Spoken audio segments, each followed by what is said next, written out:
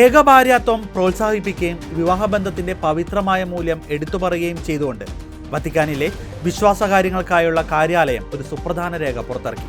കത്തോലിക്ക സഭയുടെ പരമ്പരാഗതമായ ദാമ്പത്യ വീക്ഷണത്തിന് ഊന്നൽ നൽകുന്ന ഈ രേഖ വിവാഹത്തെ ക്രിസ്തുവും സഭയും തമ്മിലുള്ള ഐക്യത്തിന്റെ പ്രതിരൂപമായി കാണുന്നു. നിലവിലെ ലോക സാഹചര്യത്തിൽ സാങ്കേതിക മുന്നേറ്റങ്ങളുടെ പശ്ചാത്തലത്തിൽ സ്നേഹബന്ധങ്ങൾക്ക് സംഭവിക്കുന്ന മൂല്യച്യുതിക്കെതിരെ രേഖ മുന്നറിയിപ്പ് നൽകുകയും പരസ്പരമുള്ള പൂർണ്ണമായ സമർപ്പണം ദാമ്പത്യത്തിൽ അനിവാര്യമാണെന്നും ഓർമ്മപ്പെടുത്തുകയും ചെയ്യുന്നു. ഈ വാർത്തയുടെ വിശദാംശങ്ങൾ നമുക്കൊന്ന് നോക്കാം.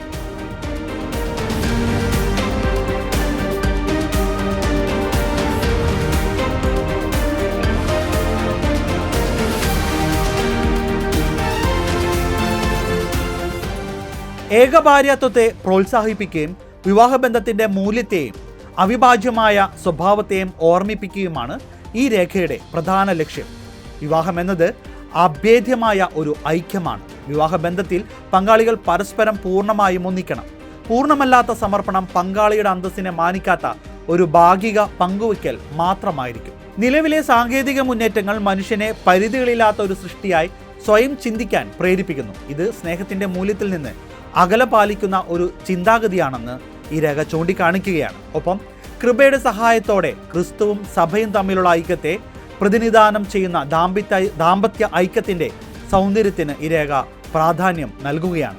വിവാഹം വ്യക്തിയുടെ സ്വാതന്ത്ര്യത്തെയും സത്വത്തെയും തടസ്സപ്പെടുത്തുന്ന ഒന്നല്ല, മറിച്ച് നിത്യതയിലേക്ക് തുറക്കുന്ന സ്നേഹത്തിന്റെ ഒരു സാധ്യതയായാണ് വിവാഹബന്ധം സ്വന്തം അസംതൃപ്തികൾ പരിഹരിക്കാനുള്ള ഉപാധിയായി ഉപയോഗിക്കുകയും ചെയ്യരുത്.